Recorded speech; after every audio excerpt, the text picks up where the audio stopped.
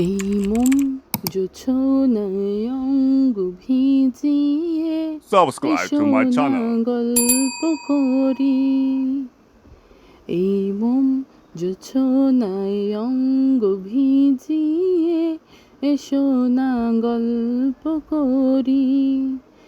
দেখো ওই ঝিলিমিলি চাঁদ সারা রাত আকাশে সলমাজরি। এই মোম জোছনায় অঙ্গ ভিজিয়ে এসো না গল্প করি। হ্যালো হ্যালো এভরিওয়ান, অনেক দিন পরে আমি একটা নতুন ভ্লগ নিয়ে আসছি। এটা আমার 12 নম্বর ভ্লগ। আমি জানি আমি মাঝখানে অনেক দিন ছিলাম না। অ্যাকচুয়ালি আমার প্রেগনেন্সি পিরিয়ড, আমার বাবু, ওকে নিয়ে আসলে আমি খুব ব্যস্ত ছিলাম। তো সব কিছু মিলিয়ে আমি প্রায় 10 মাস বলতে পারেন, আমি 10টা মাস আমি একদম আপনাদের থেকে অনেক দূরে ছিলাম। কিন্তু আপনারা যদি এখন থেকে সাপোর্ট করেন, আপনাদের ভালোবাসা পেলে অবশ্যই আমি ডেইলি ভ্লগ দেওয়া শুরু করব।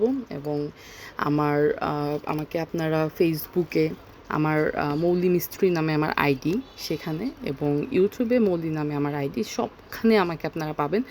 ইনস্টাগ্রামেও পাবেন। আমি ডেইলি আমি একটু রেগুলার হওয়ার চেষ্টা করব। তো আজকের যে ভ্লগটা সেটা হচ্ছে, আমি আসছি অনেক দিন পরে। বাবু ছোট থাকতে আমি একবার আসছিলাম আমার শ্বশুরবাড়িতে। এরপরে বাবুর এখন 10 মাস বয়স, আমি এখন আবার আসছি। আমাদের বাড়িতে ছিল মহাপ্রভুর ভোগ, আমি সেটা নিয়ে একটা ভ্লগ দিব আপনাদেরকে। তো ওই দিন হচ্ছে আমি একটু কাজে আমার হাজব্যান্ডের সাথে বের হয়েছিলাম, কিন্তু পরবর্তীতে ওই কাজটা তাড়াতাড়ি শেষ হয়ে গেছে। তো জাস্ট ওই দিন আমার হাজব্যান্ডকে বলছি, আচ্ছা ঠিক আছে চলো বাড়ির দিকে যাই।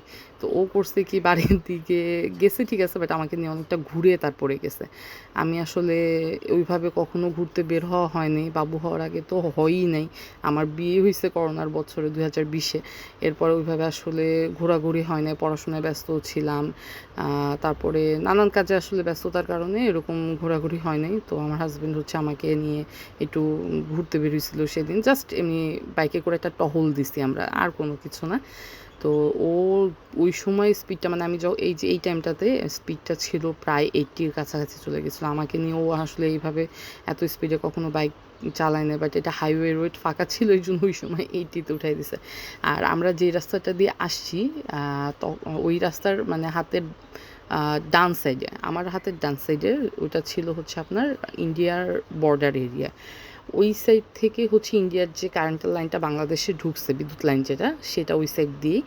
আর এই এরিয়াতে প্রচুর পরিমাণে ভুট্টা চাষ হয়। আমি সেটাই ক্যাপচার করতেছিলাম যে এত এত ভুট্টার বাগান, প্রচুর পরিমাণে ভুট্টা চাষ হয়। আমি ওই একটা ক্লিপ নেওয়া হয় নাই, সেই ক্লিপটা নিতে পারিনি এই জন্য, কারণ ওই সময়টা তো হচ্ছে আমার বোন কল দিয়েছিল। ও ও দেখতে চাইছিল আমাদের এই এলাকাটা কীরকম। তো ওই সময়টাতে ওর সাথে কথা বলতেছিলাম, এই জন্য ওই জিনিসটা ক্যাপচার করা হয় নাই। বাট আমি যখন যাচ্ছিলাম এক সাইডে, তো দেখতেছিলাম ইন্ডিয়ার বর্ডারের থেকে যে লাইন আসছে, বিদ্যুতের লাইন, সেটা ইলেকট্রিসিটির লাইনটা। আর অন্য সাইডে দেখতেছিলাম মহিলারা পুরুষরা সবাই মিলে একসাথে ভুট্টা যেগুলো পেকে গেছে সেগুলো ওরা কালেক্ট করতেছিল। তো এখানে আসলে আপনি আসলে দুইটা জিনিস দেখতে পারবেন। রংপুরের মধ্যে ঢুকলে, রংপুরে আপনি অনেক পরিমাণে তামাক পাতা চাষ হতে দেখবেন। এত পরিমাণে তামাক পাতা চাষ, আমার মনে আছে আমি যখন 2018-তে রংপুরে ছিলাম, রংপুর নার্সিং কলেজে, তখন ওখানে একটা বাজার বসতো। আমার আসলে জায়গাগুলোর নাম এখন অতটা ভালো মনে নেই। তো ওই বাজারের সামনে দিয়ে যখন আমরা আসতাম, আমার এখনও মনে আছে, আমি আমার বাসা পর্যন্ত তামাকের গন্ধ পাইছি। এতটা স্ট্রং ফ্লেভার। আর প্রচুর পরিমাণে চাষ হতো, প্রচুর পরিমাণে। আমি গাড়ি দিয়ে যাতায়াত করতাম যখন ঢাকার উদ্দেশ্যে, গাড়িতে বাসে উঠতাম, ঠিক আছে, ওই রাস্তাটা দিয়ে আসলে বাবা তামাকের গন্ধ আর থাকাই যেত না, এরকম একটা অবস্থা। তো এখানে এসে দেখলাম যে এখানে প্রচুর পরিমাণে ভুট্টা, হয়তো বা এই সিজনটা তো ভুট্টারই সিজন, ভুট্টাটাই চাষ হয়। আমি আসলে একটানা কোনো সিজনে ওইভাবে থাকা হয় না। আমি 1 মাস পর পর, 2 মাস পর পর যখনই আমি সুযোগ পেয়েছি তখন আমি এসেছি, কারণ আমি তখন আমার পড়াশোনা রানিং, অনার্স করতেছিলাম। তো সুযোগ পেলে আমি চলে আসতাম, হয়তো বা মিড দিয়ে চলে আসতাম, বা হচ্ছে সেমিস্টার ফাইনালটা দিয়ে চলে আসতাম এরকমভাবে। আর বাবু হয় জুলাই 9 তারিখে। আর জুলাই তো জানেনই, জুলাইটা আমাদের হচ্ছে কীরকম গেছে সবার। আর আগস্টের 3 তারিখে আমি বাবুকে নিয়ে বাড়িতে আসি, তার 2 দিন পরেই হচ্ছে সব কিছু বন্ধ হয়ে যায়, মানে 2 দিনের জন্য বন্ধ থাকে। আর 5 তারিখে তো হচ্ছে ম্যাডাম দেশ ছেড়ে পালিয়ে গেছেন, আর কি বলবো।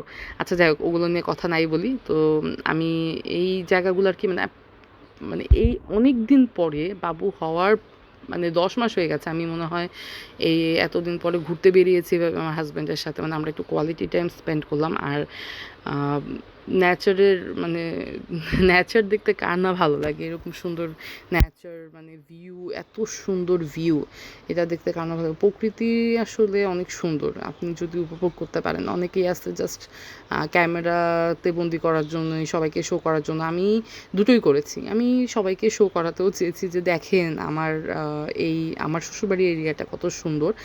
আর আমি নিজে উপভোগ করেছি, আমার ফোনটাকে আমি এক সাইডে ধরে রেখে আমি নিজে ফোনের ভিতর থেকে দেখিনি, আমি সাইড থেকে দেখেছি এই।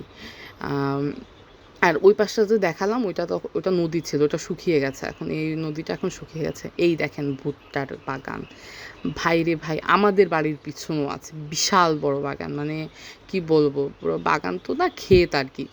তো যাই হোক, এই দিক থেকে আমরা যাচ্ছিলাম, মানে একদিক দিয়ে আসছি আর এদিক দিয়ে যাচ্ছি, এটা যাওয়ার টাইমে। আকাশটাও সেদিন এত সুন্দর লাগছিল, মানে কি বলবো, মানে মনে হচ্ছিল যেন আর বাড়ি না যায়, ওই দিন সারাদিন খালি মোটরসাইকেল নিয়ে ঘুরে বেড়াই, কিন্তু কি আর করার, বাবুকে রেখে গিয়েছিলাম। আর বাবু ছিল ওই যে আমার ননদ আমার শাশুড়ির কাছে ছিল, কান্না করেনি, বাড়িতে ওর দাদা ছিল, খেলেছে। তো যাই হোক, আর বেশি কথা আগালাম না, আমার ব্লগটা এখানে আমি শেষ করছি। আপনাদেরকে পাশে চাই, অনেকদিন পরে ব্যাক করেছি, আপনারা পাশে থাকবেন। আমার ভিডিও ভালো লাগলে ফ্রেন্ডদের সাথে শেয়ার করে দিবেন, এবং আমার চ্যানেলকে সাবস্ক্রাইব করবেন, লাইক করবেন, এবং বেল আইকনে একটা ক্লিক করে রাখবেন। টাটা।